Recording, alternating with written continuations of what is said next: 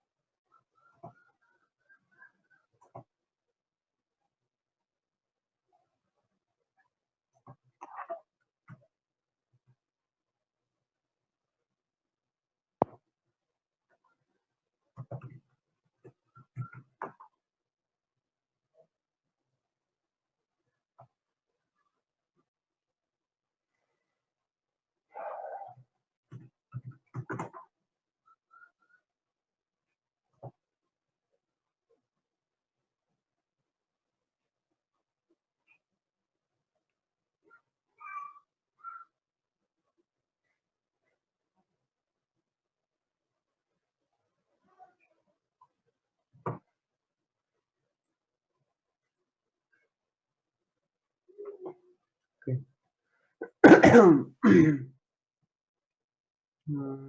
Let's go to the administrator. Okay, and yesterday we had created this custom role. Okay. But now let's suppose we want to give this guy Kiran audit admin. Okay, just to quickly show you.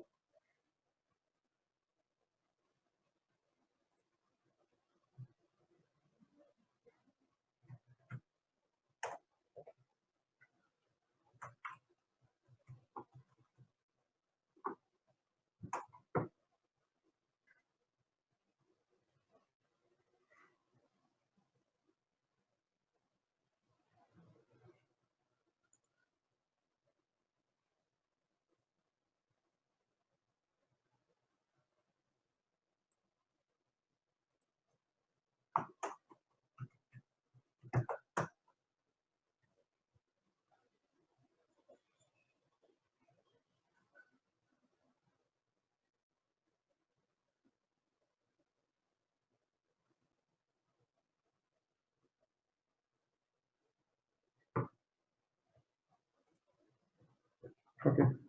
Now you see here there is just option to look at the logs, and in the device also you just have access to these log settings. You can clear these up. So not much, right? And that's why this is just for the audit guy. He can open up all and see all the logs and clear them if required.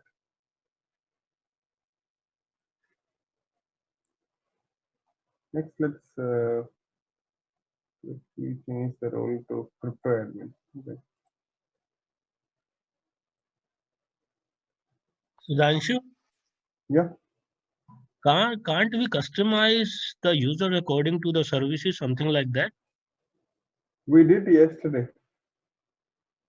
No, that's When fine. we that was page wise page, right? When we did.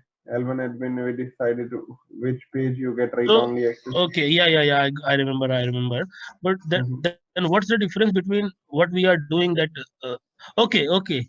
These are the These are profile already pre, created inside yeah, the these are predefined roles. predefined. Okay. Okay. Yesterday Why? we discussed for the Yeah, customize, and right now we are discussing for the predefined profiles. predefined.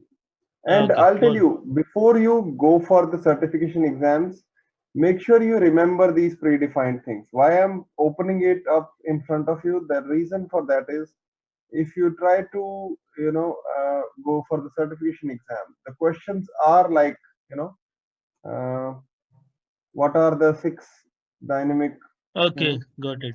There are questions which check your knowledge like this. Okay, there are questions which check Okay, what are the three admin roles by default. okay, predefined. Okay, So like on the crypto admin side,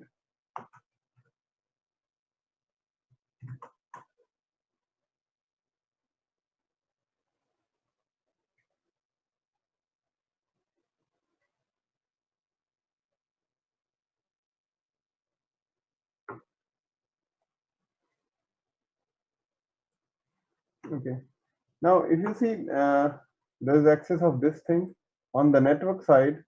You see they give you access of these network profiles which are basically related for VPN.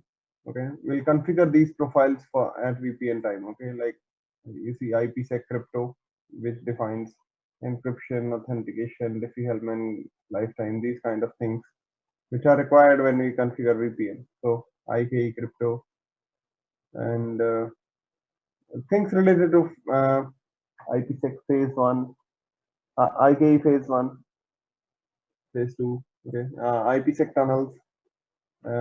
And moreover, in the device tab, if you see, the guy can add certificates and modify certificates because something maybe the guy who is managing the certificates has access to company CA, okay, certificate authority servers, like there are some CA on Windows. So lastly, we have the security and Windows.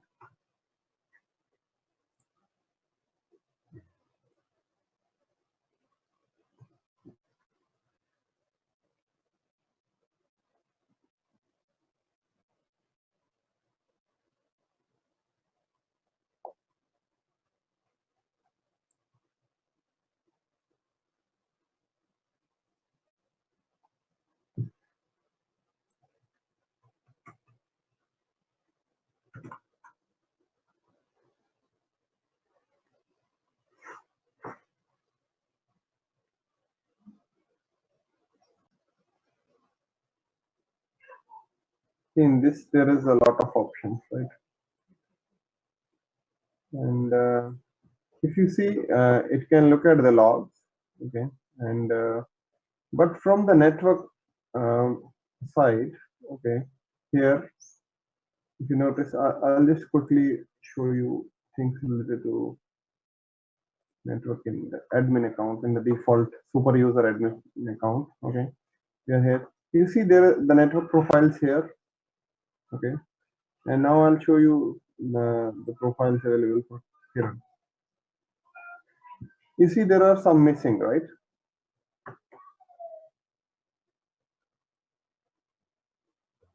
Right, these things: global protect, IKE, IPsec crypto, IKE crypto. So basically, the security admin guy doesn't get access to VPN related creation of profiles.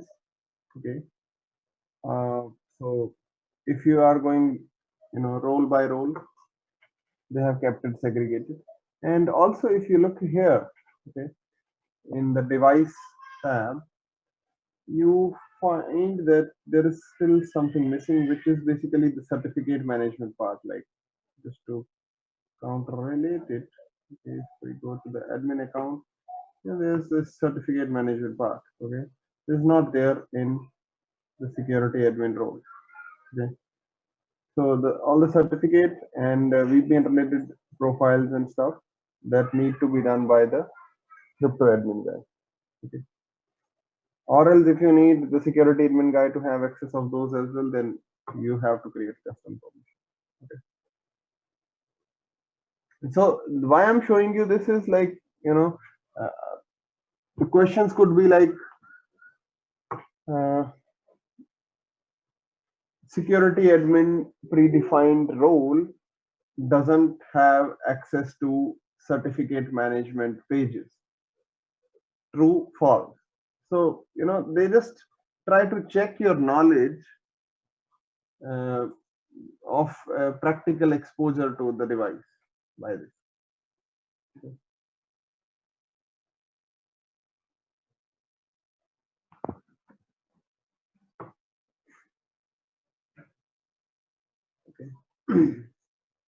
So fine, let's now see something else. Okay. I'll utilize these two users, Bhatt and Baldev. Okay. So like suppose I log out here. Okay, I'll log in using the user Bhatt password.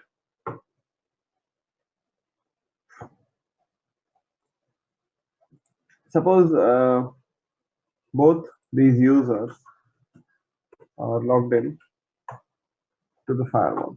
Okay. One from the Edge browser, another from the Mozilla browser. Okay. So what happens here is like sometimes there can be conflicts in users. Like maybe suppose I'm doing configuration, okay, and while I'm doing configuration, uh,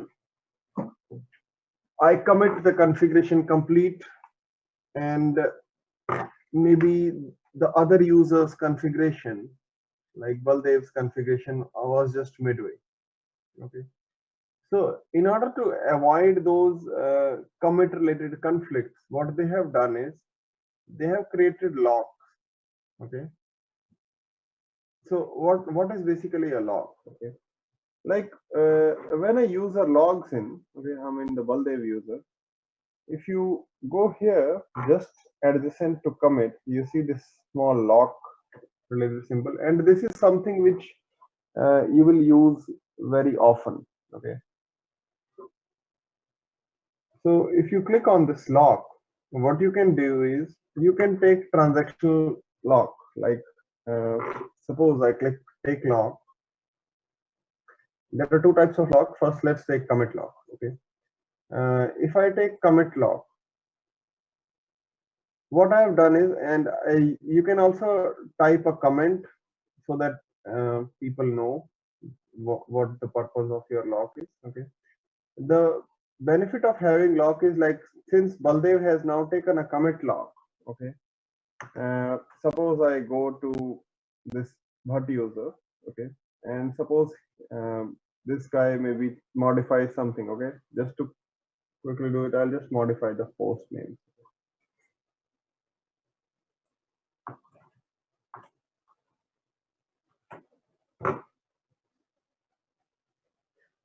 He can modify the configuration, but if he feels like committing the configuration, if you look at here, just adjacent to this commit, this lock now not unlocked. It's a symbol of a lock with one showing. If I try to commit, suppose, okay, and not all changes, even if I try to commit just changes made by me, it's going to give you an error. Okay, it's going to give you an error that other administrators are holding device-wide commit locks. So basically, this avoids the conflict of two different administrators committing each other's half-cooked configuration. Like here, until or unless this guy removes this lock. Now I can click on this lock button and see that okay, Baldev has taken a lock. But you cannot remove it. Okay, only Baldev can remove it. So benefit of this is commit lock is that you cannot commit or nobody can commit till you remove the lock. Okay, so this avoids the conflict. Okay, now this was commit lock. Okay, there is another lock called config lock. Okay, before I show you that, let's just commit these changes. Okay. Now see, I went into Baldev's user. Yeah. Okay, and if you click commit from there, it's not going to ask you anything because Baldev himself has taken this lock. So I didn't need to remove the lock and commit it. If Baldev clicks commit, it's going to remove the lock as well as commit the configuration.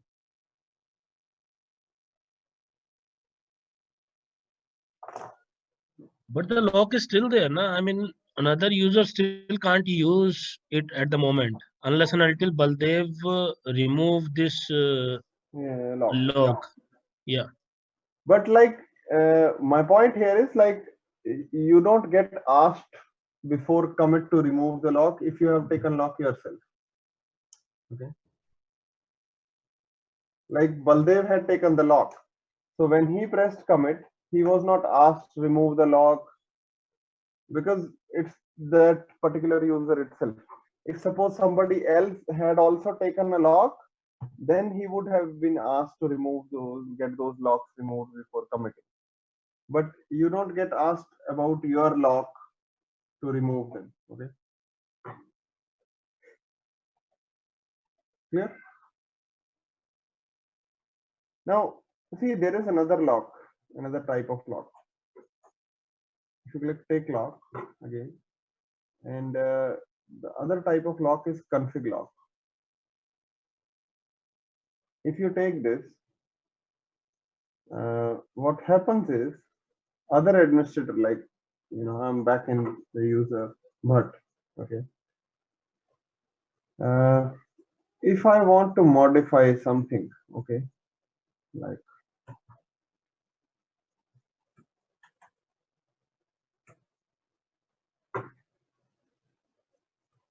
it will not allow me to even modify because there is configuration lock. So be clear about the difference between a commit lock and config lock. Config lock means you cannot even modify the configuration. Okay. Commit lock means you can modify the configuration, but you cannot commit it. Okay. Let's just read it a little bit from here. See, there is commit lock. Commit lock blocks other admins from committing the candidate configuration. So basically, you can modify the configuration and create the candidate configuration, but you cannot commit it. Second is config lock, which blocks other admins from changing the candidate configuration. Since we have taken a config lock, Baldev has taken a config lock now, but that other user cannot even modify the configuration. Okay. Now, see, uh, I'll tell you the use cases when this come in handy. Okay. And this is easy to figure out. Like we don't want multiple users to be committing midway, while somebody has just partially configured something. But what's the use of this thing? Okay. Suppose you are doing some things related to like maybe import, export configurations, maybe creating configuration snapshots and something like that. You don't want other admins to mess it up in any way. Like maybe you're taking backups of configuration, okay, or you're trying to restore some configuration, then you can take config lock so that no administrator can modify the configuration, so that it's locked while you are exporting, basically taking backup or maybe importing it. Nobody can modify the configuration. Yeah. Hmm.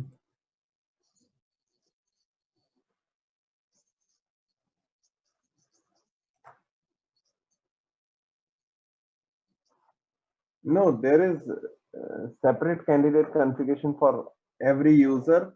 That is the reason they give you the option of commit changes by just you or commit changes by everyone, right? I'm just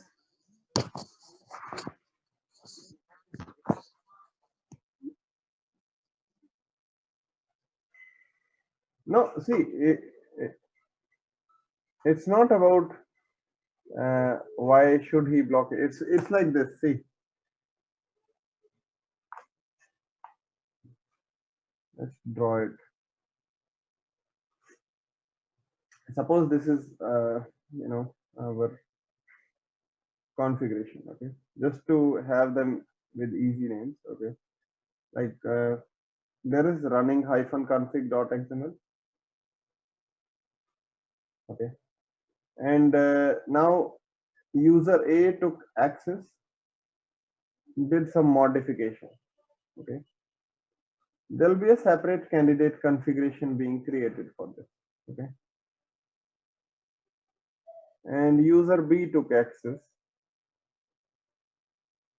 There is again another candidate config that's created. But if both of them, if both user A and user B uh, don't want conflict, in the sense like suppose this guy modifies the configuration and while choosing commit option, okay, when he tries to do commit, he doesn't say commit only changes by user A. He says commit everything. He chooses the other option, commit all changes. Then even these configuration changes, both of these configuration changes are taking effect in the firewall, right? Are you getting my point? Like when you click commit, yeah. So maybe he's like running, he's supposed to run a routing protocol for which he has configured the interfaces and configured some things related to OSPF, but then, it's just midway and he presses commit all. So we don't want that. Okay.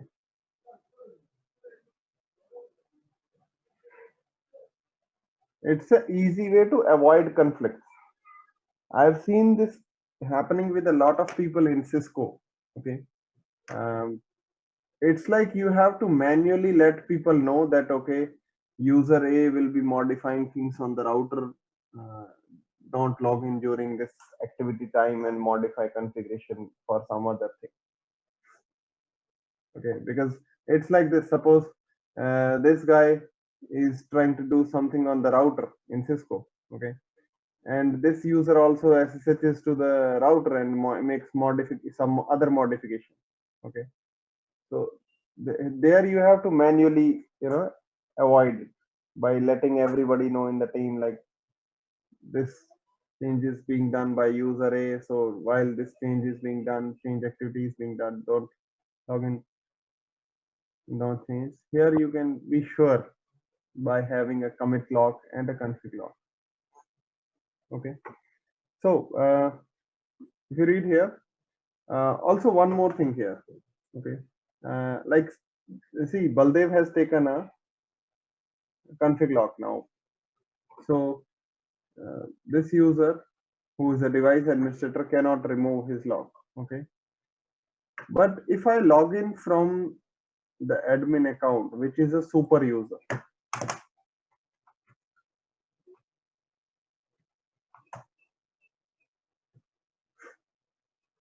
it's a super user, so at least the guy should be able to break lock, or else there is nothing about super. So if you log in using a super user, okay, a super user can remove, suppose sometimes what happens is, like suppose Baldev uh, took a config lock, did the backup and restore activities of configuration. He forgot to remove the lock, went for a holiday of 10-15 days. Now we cannot sit there waiting for Baldev. So if a super user is there, okay, super user can go to these locks, and you see this lock is taken by Baldev, but if super user clicks on this lock, they have the power to remove it. So a super user can remove lock of a device administrator. Okay. Device administrators cannot remove lock of each other. Okay. Super users can remove even lock of each other. Like one super user can remove even lock of another super user. So try these things in lab. If you try these things, it will be far more clear. Only a super user or the administrator who set the lock can remove it. Okay. Clear? Commit queue does not accept new commits until all locks are released. So suppose user A logged in, user B logged in, both of them have taken commit locks. So both of those commit locks should be removed before you push the commit button. Commit lock prevents collisions that occur when multiple administrators change during concurrent login sessions and one administrator finishes and initiates a commit before other administrators have finished, like I was telling you. Okay. Also, this we saw that firewall automatically removes lock after completing the commit for which administrator set the lock. So, like suppose Baldev set a lock, if Baldev pushes commit, the lock will be removed along with the commit being done. Super user or administrator who set the lock can also manually remove it. Okay, fine.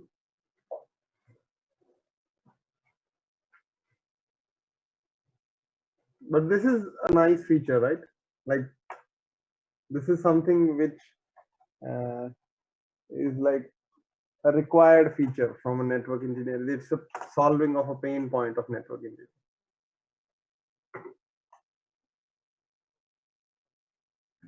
Personally, I feel like this kind of feature should be in all the network devices, like whether it's routing switching device or a security device or a collaboration device or whatever.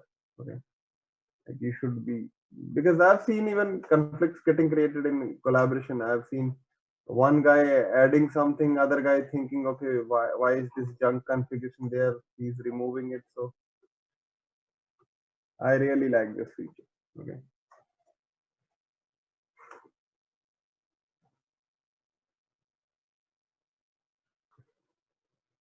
Okay, how do you activate the firewall?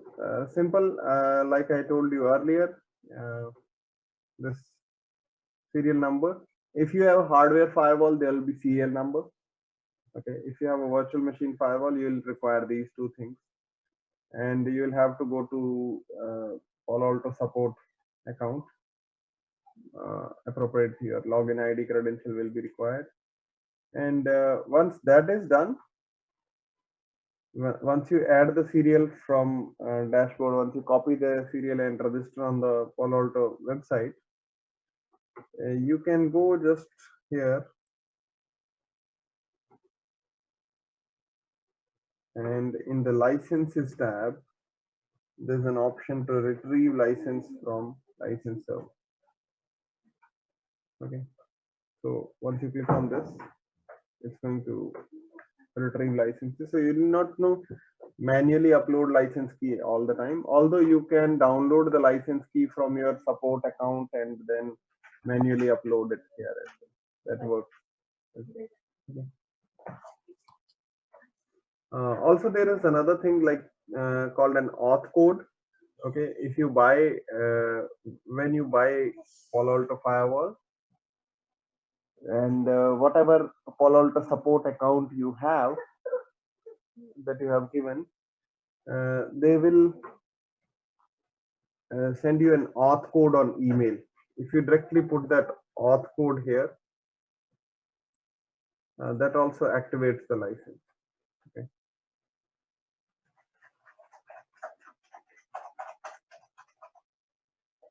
For VM based firewall, most likely this auth codes or the CPUID UID thing is used.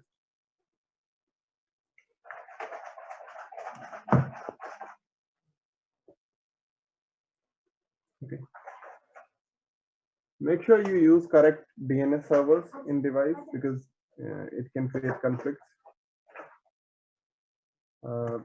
Like I was telling you that if you want to even download software updates or dynamic updates, then you need the DNS servers here, right? Then only it will be able to resolve. So same thing is applicable for even license. Okay, and there are some other things explore here on the management page. Okay, actually it's quite self-explanatory. So like you can set a banner and a message of the day if you want to.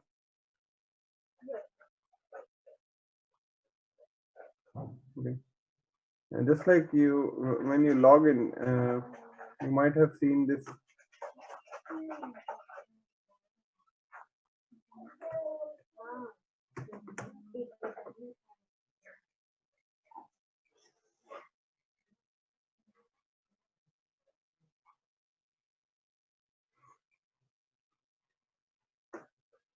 This big message like thing popping up. So you can have banners which shows you things like this. Okay, I'm not saying like this is a pre-built thing, but you can have these banners, and you can also have these acknowledgement kind of things where the person has to check to see that, say that I have read it. Okay, don't show this again. So this can be set using here. Okay.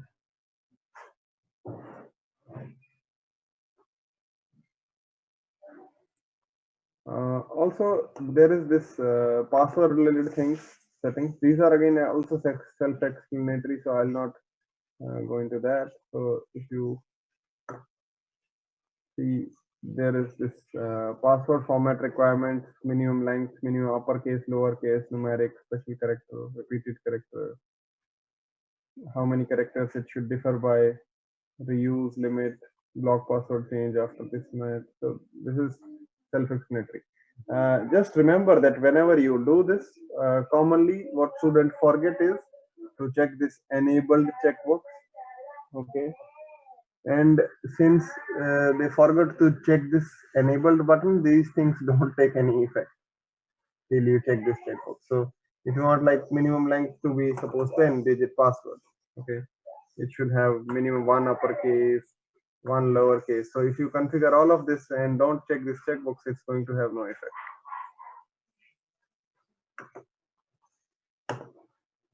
Okay.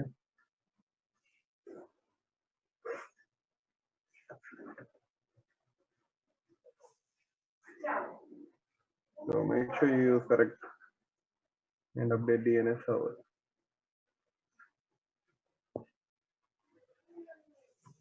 Now, we can have non-local passwords as well in the firewall. Like many of you might be familiar with the concept of having a separate radius server or ECS server. So for that, we add server profiles. Even for we can integrate it using Active Directory. Okay. So in that scenario, you add a server profile. This part will do it when we do user ID. Okay, because right now I don't have any Windows server in the topology. Okay, at that time we'll have a Windows server from which Palo Alto will fetch these user ID related information. So once we fetch that information, we can utilize it for even authenticating administrator. Okay. So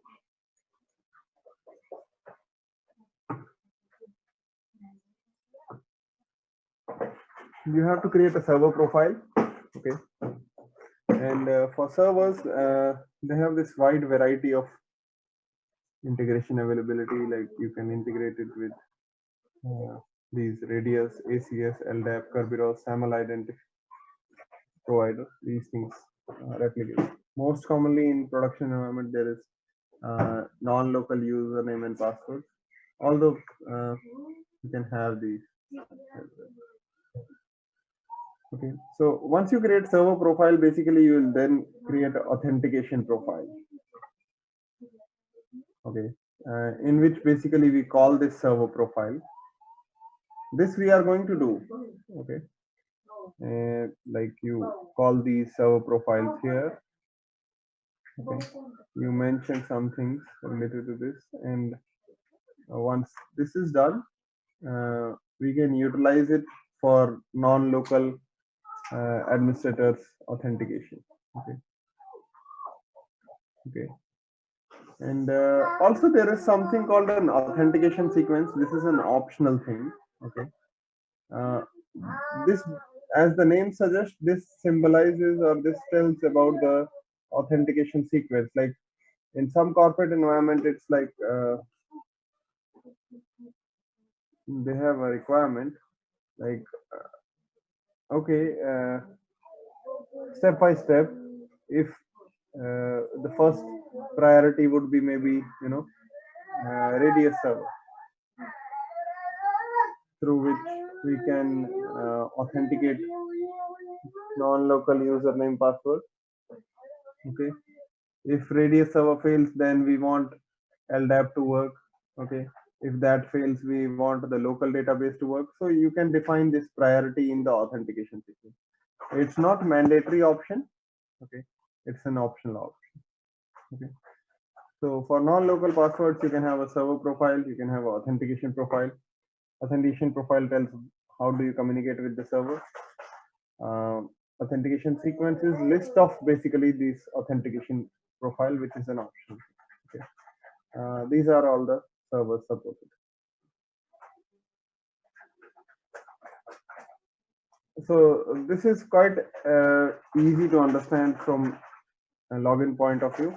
When somebody logs in from a non-local password, it will read the authentication sequence if it exists.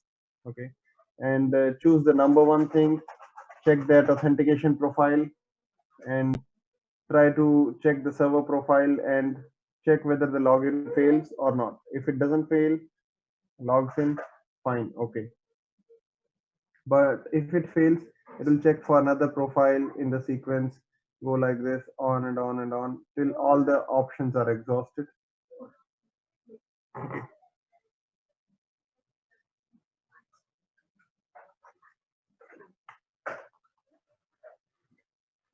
So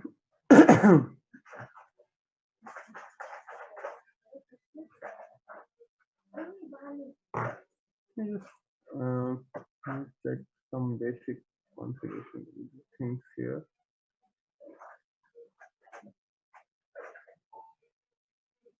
And let's, you know, set it according to the topology labels. Okay, because we have some things according to topology, we have some things which are not according to this topology. Like the management IP address is not 201, it's actually 22 right now. So that's okay.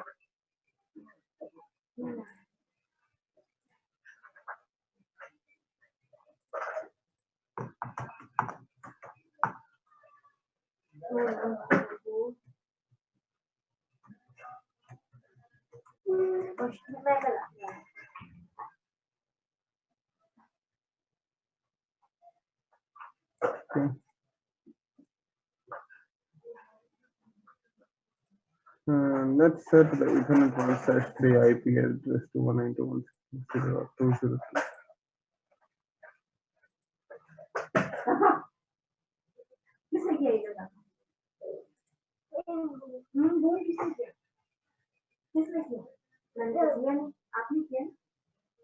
There's the virtual router default. Let's create a new security zone.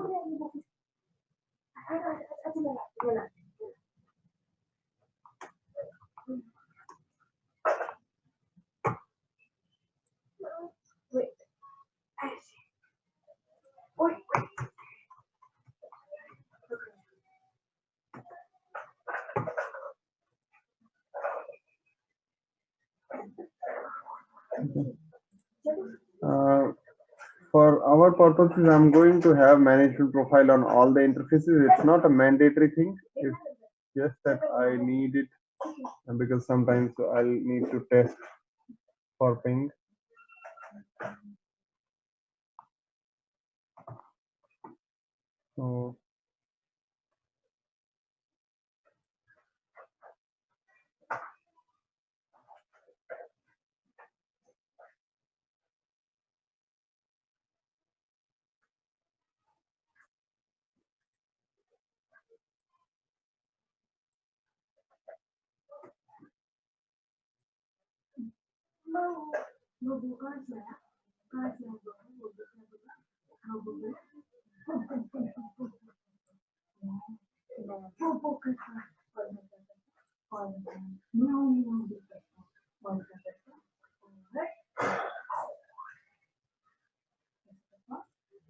Okay. Also, let's bring this box in DMZ zone. Right now, both of these are in the Ethernet 1/2. We'll bring it to DMZ zone.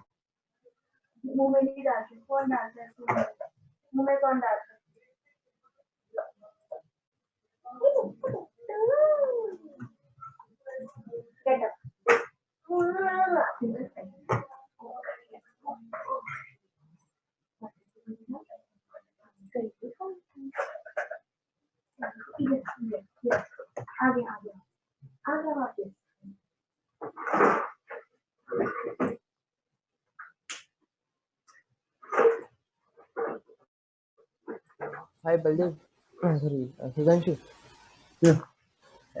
While going to through the concept of firewall, I was just reading, and I to know that Checkpoint is a 3-tier architecture, and Palo Alto is a 2-tier architecture.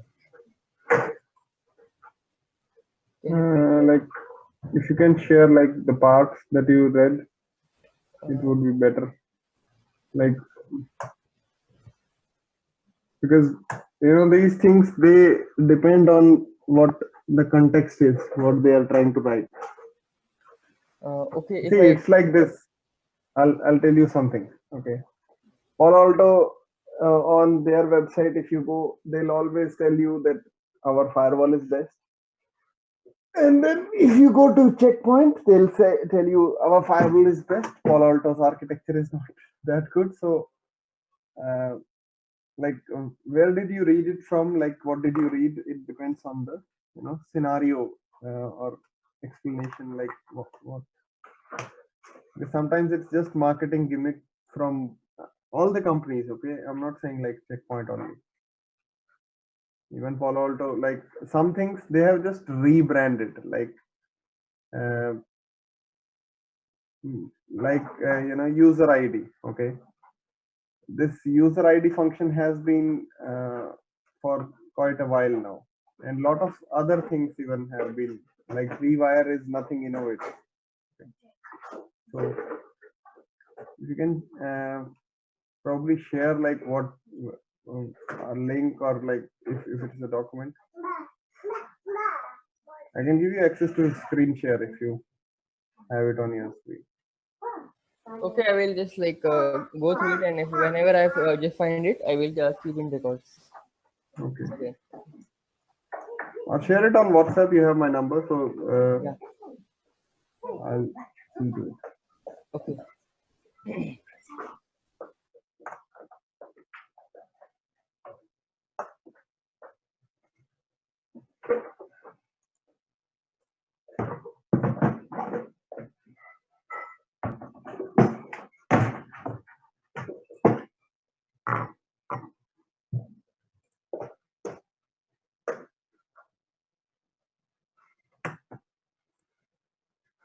Let's close all these sessions unnecessary.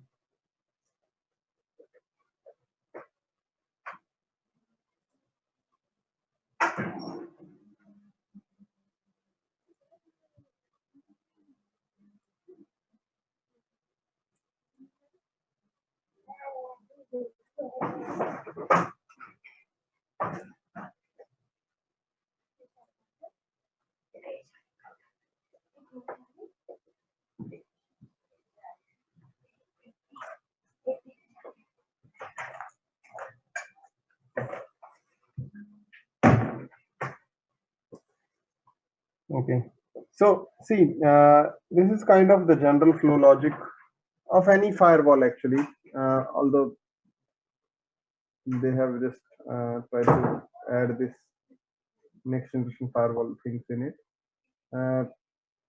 whenever a traffic comes, okay, any stateful firewall, even Cisco ASA and lot of these traditional firewalls, even they maintain something called a state table. Okay, like they try to remember that if this guy has gone out, the return traffic will be allowed to come in, right? So how do they do that? They basically maintain a state table in which they'll maintain this information of like source IP, destination IP, source port, destination port, and all these details, lot more, protocol number and stuff. So similar to that, firewall of Palo Alto can also do that, okay, or actually does that. So here they don't call it state table, they call it session table, okay, and each of them is assigned a session ID, okay. So suppose traffic comes, okay, if it is of an existing session, okay, then you just check for these things like app ID, content ID, or enforce your policies.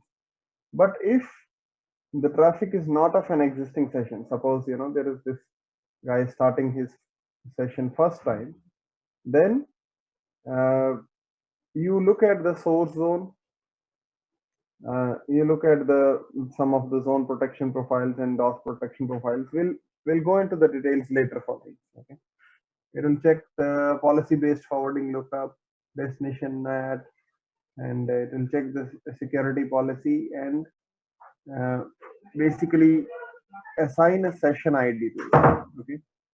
Now, just to demonstrate it, okay,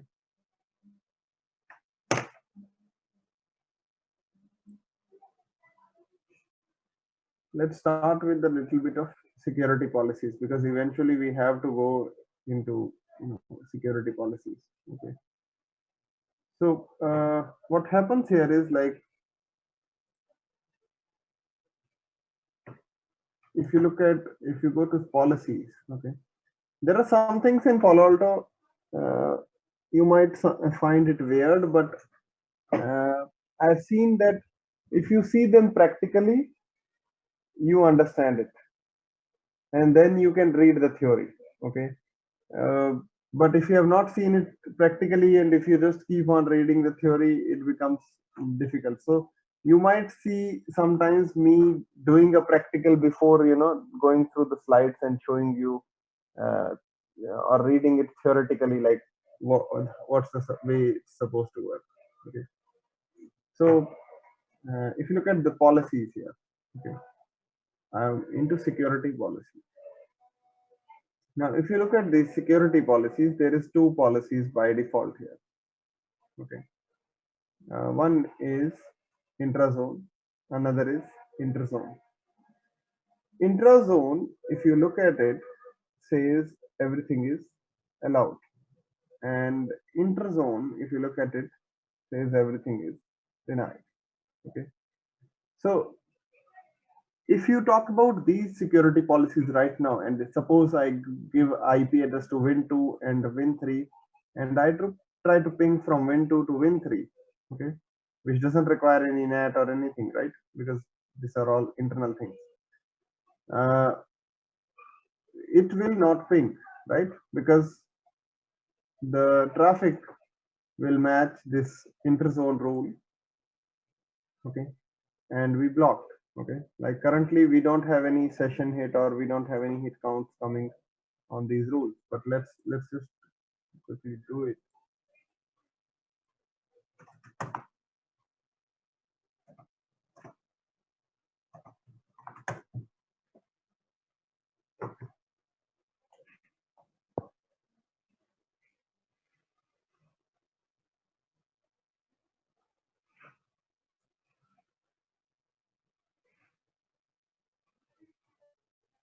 Okay, so this machine is Win2.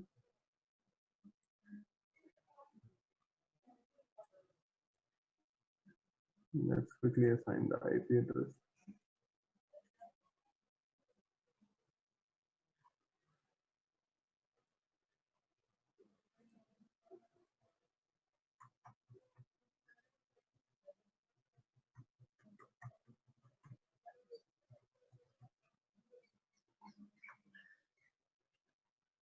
Okay, I don't require DNS servers right now, but later we'll require them.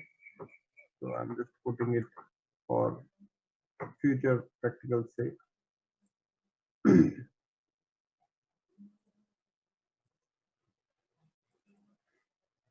Also, let's open Win3.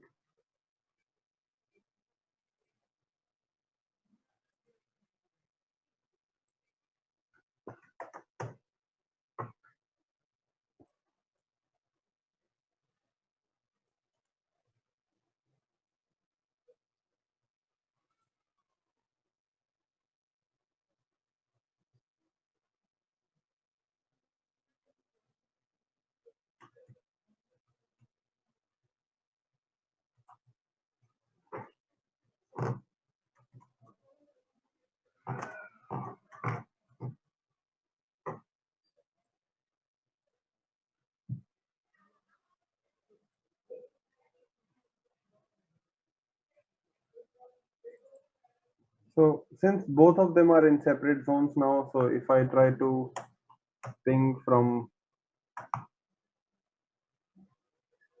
pin 2, which is having an IP address of 10.0.1.11, and if I try to ping to 10.0.2.11,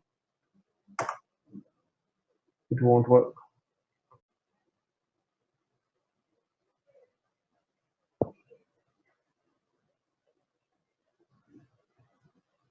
Okay, so suppose I want to make this work. What do I have to do? I have to create a security policy. Okay, and I'll not go into all the details of security policy and all the things right now. We'll just make it very simple, and then we'll quickly later add things to it. Okay, so if you look at this, if you click add here, okay, these two rules are default, so I'll just click add. Now you see, you can give it a name.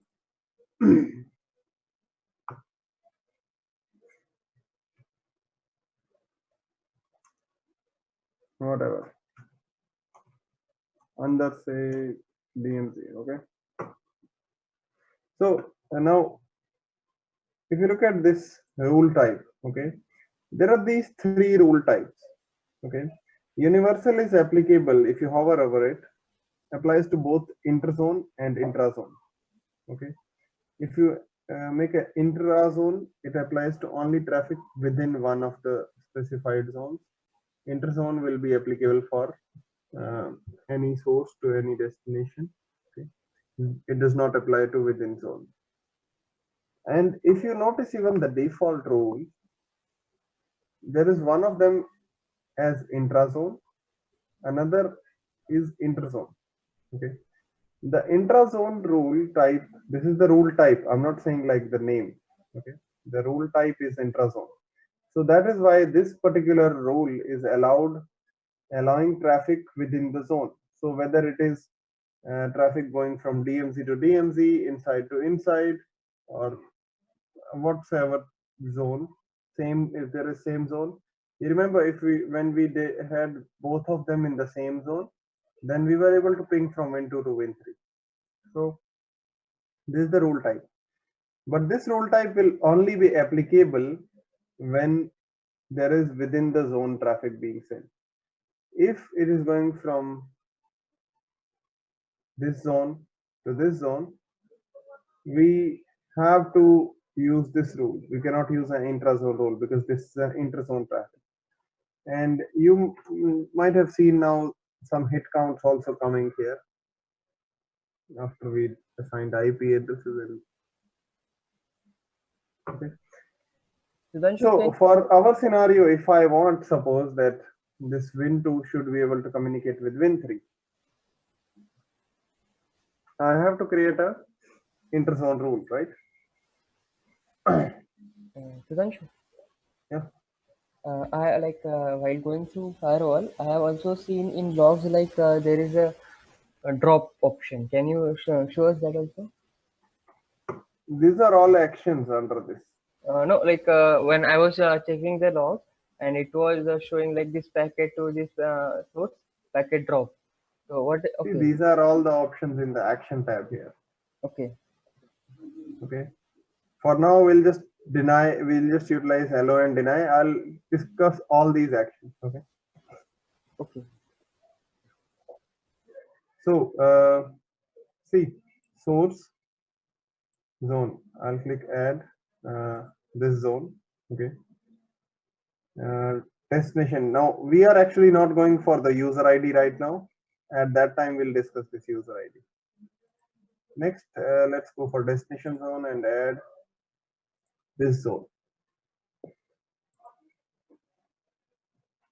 When you create app ID rules, you will come here and add the applications. For now, we are just utilizing any and skipping it.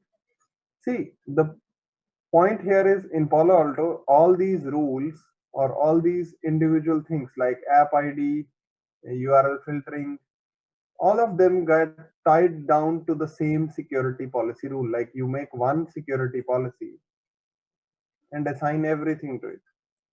Okay. So for now, we have just skipped touching user.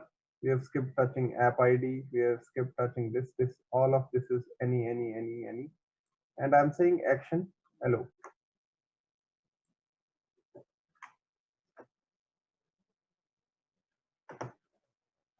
Fine. So after I commit,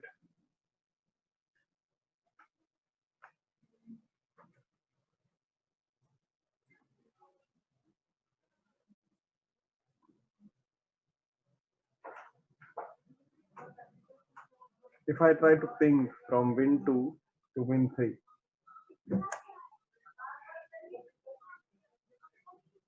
it started working, right?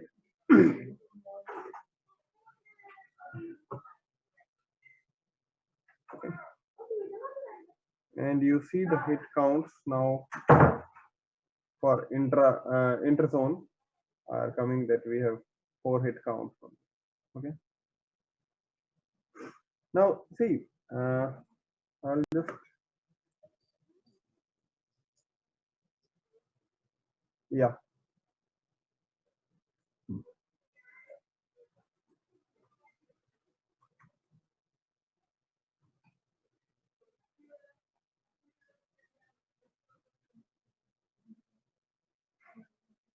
Although it's not necessary just to commit to reset it.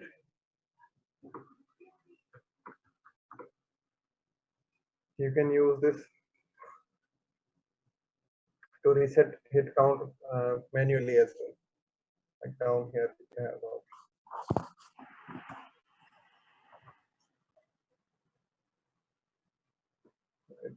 so let me just SSH to the same file.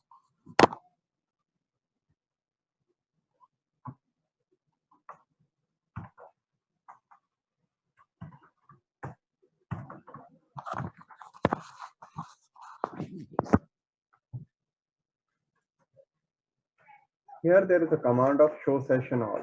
Okay. Let me give it a name. So see, if you look at this, this is the session table here. Okay. This is the session ID. And here they show you like source zone, destination zone, which traffic was allowed for, which protocol number, like things like this. Okay. Now, this is what we call a session ID when we talk here.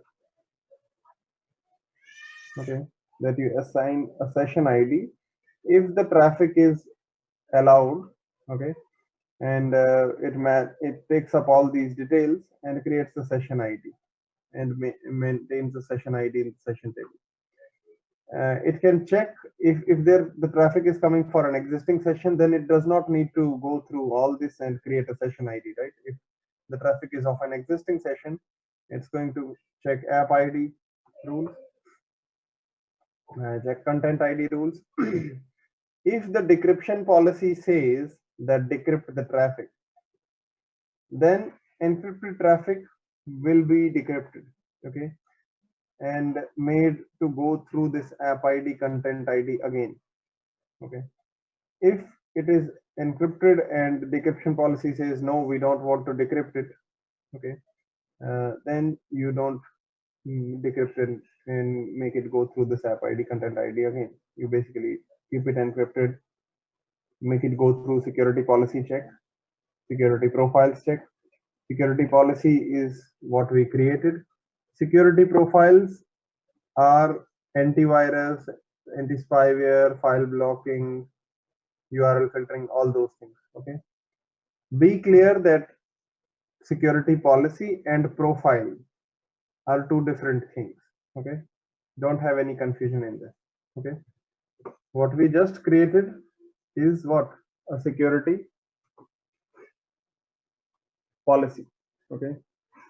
And these are what we call security profiles, all these content ID related stuff. Okay. So we have not touched security profiles yet. If the traffic was encrypted, it will be re-encrypted before it is forwarded. Now, for now, we just focused on source zone. Okay, actually, we didn't even touch NAT yet. We just checked on initial packet processing thing. Okay. Now, when you look at this traffic processing in Palo Alto, okay, I'll just show you something. See, this is where we are on slide number 77. Okay, and if you see, what I have done is I have included this again and again. Like you see here, it is again at 101. Okay, then here it is again at 142. Why? Because each time we are going to discuss individual components, I want to remind you what it looks like from traffic processing point of view. Like when we'll talk about content ID, I'll remind you that we saw security profiles here. Okay. Similarly, when we talk about decryption, I'll remind you that it is here. Okay. So for now, just concentrate on this source zone and destination zone related things, and we'll come to NAT policy on Monday most likely. Okay. Today I'll also have to leave at 9:30. So like 15 minutes in that. So this is like don't again think that these are done step by step. Sometimes people start thinking that okay, while see, when the packet comes, this part is initial packet processing. This is like when the packet comes, you will check the source zone, you will check the forwarding things, you'll check the destination zone, you'll check if the NAT is required in this or not. Okay, like in our scenario right now, this traffic flow that we talked about, NAT was not required. Okay, and then if you see these things, okay, this is for application like encrypted. If it is encrypted, then decryption policy can decrypt it. App ID, okay, security policy, security profiles. So these things actually work parallelly. Like don't think that a lot of times people start thinking like it's going to go like this and this and this. Okay, because if it goes like this, the whole purpose of having SP3s, single pass parallel processing engine, is defeated, right? So this is like when the packet arrives on the firewall. This is the thing that happens just before the packet leaves the firewall and moves further. Like if the traffic was decrypted, it will be re-encrypted. Okay. If the NAT policy says that we need to do NAT, it will be applied here. Okay. What I mean by that is sometimes people get confused with NAT policy evaluation and apply. What's the difference? See, at this moment, you are just checking whether NAT will be required for this scenario or not. Okay. You have not actually modified the contents of packet, like you have not modified the source IP, destination IP, whatever is required by it. But just before the packet is sent, you have to apply the NAT policy, means you modify the contents at the actual layer 3 header of the packet and then forward it. Okay. So this is the basic traffic flow. Okay. Now, in Palo Alto, if you want to know the detailed traffic flow, just if you search for this Palo Alto,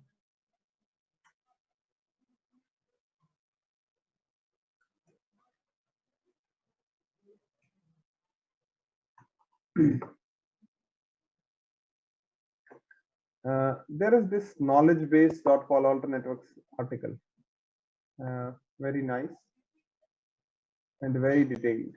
Okay, and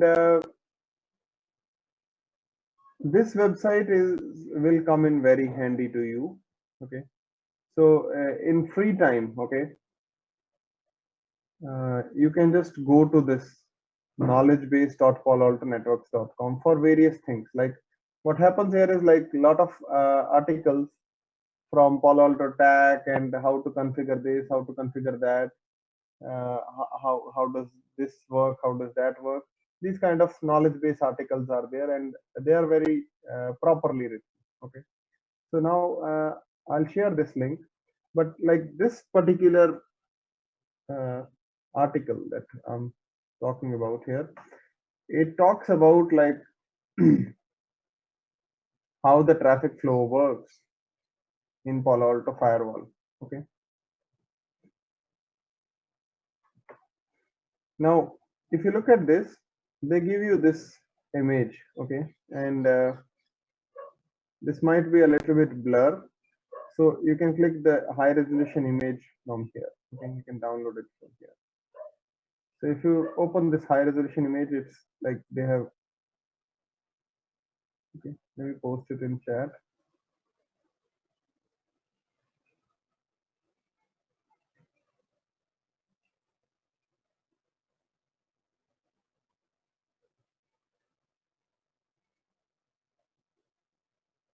Or if you want to download the image directly.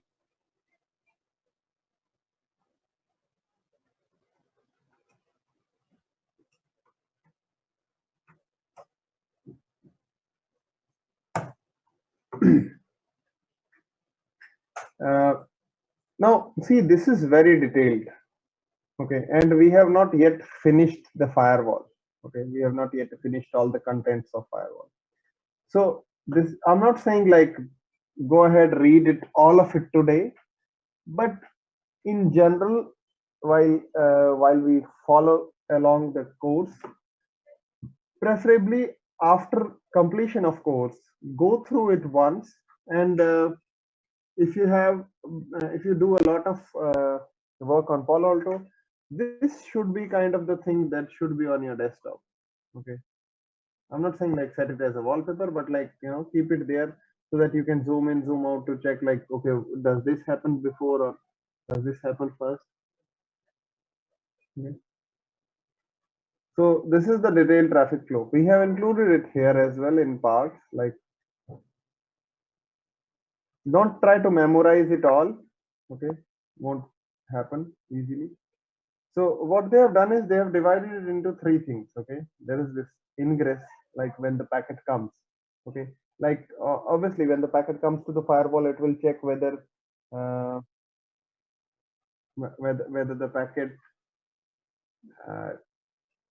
is error free. If the packet is received in error, it will discard it. So even those kind of things are included in this ingress part. So this is like the traffic processing part, these three. Okay, in which this is particularly app ID. Now, why they have drawn it three like this? Because they want you to have the feel that SP3 works. So these things are going to get parallelly. Okay, get done parallelly. So while the firewall will check for content ID here, it is going to check for app ID, and it's going to set up some session Okay. And this is the egress part, like just before the packet leaves the firewall, what firewall will do with it. Okay. So go through this after course completion. Okay. Uh, you can download it from here. Sudhanshu, Yeah. will you guys be going to provide this PDF from which we are studying at the moment? Yeah. Or This will be provided you. okay. And are they having those link which you are providing us on chat, or we need to copy it from the chat and make a text pad or something? If you see, I'm just Google searching in front of you. If you just even Google search and Okay. open it parallelly, not a problem. But these links we have included. Most of these links we have included. Uh, but like you might not get hard copy right away today, or in like 2-3 days. So uh, for now, you can follow through this and maybe use those links to download these things. Okay. This PPT is in the book Hard copy provided you by will get you. it. Yeah, you will Okay. you will be provided a hard copy of this, all in the Okay, notes not the soft format, a copy. proper in a proper book format. You will get it. Okay. Okay.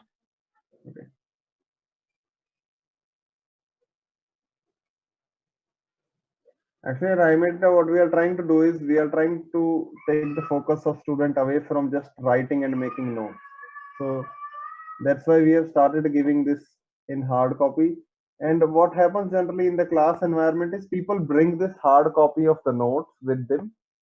And like I was doing something, so they keep on. There is under each page there is around half a page to write things down. So they write and make notes on it.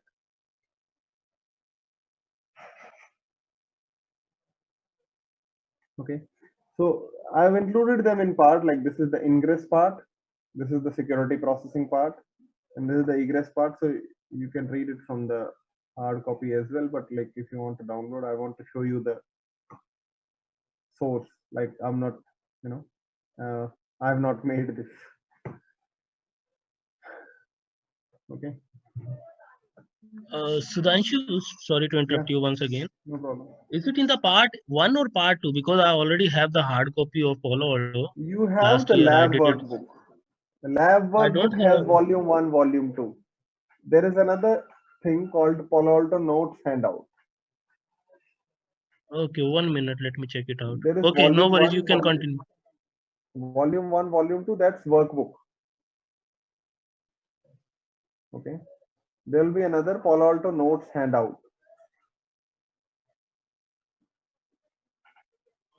They didn't provide me. They provided me only part 1 and part 2 of Palo Alto Panos. Okay. So that then you don't have the notes handout right now. You can Okay. get it from them. Okay, fine. I will contact to Piyush. Fine. And also we provide there is workbook volume 1, volume 2. There is notes handout, and then there is a PCNSE study guide. Okay. This In is total, we have. 4 books. I think I have the study guide, but it's not written over study guide. It's written over secure your network with Palo Alto Panos, part 1 and part 2. Yeah, no, see, this doesn't have part 1 and part 2. Only the workbook, only the lab part has part 1 and part 2, because there's a lot of screenshots and a lot of Okay, lab maybe related. okay. I don't have the study guide and the notes. What you said, notes? Notes handout. Notes and that. I don't have these things. Okay, I will contact him. Fine. Okay. So I think let's end today, because I'll if I go into interface options, I'll because I need to leave early today. If I get into interface options, then I know for sure that I'll have to revise it again on Monday. Okay. Tomorrow because will be we'll just, holiday, yeah, right? Tomorrow and Sunday. yeah, Monday to Friday we'll have the class. Saturday, Sundays I have another other session. Okay.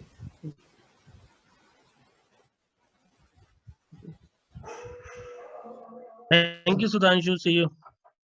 Okay.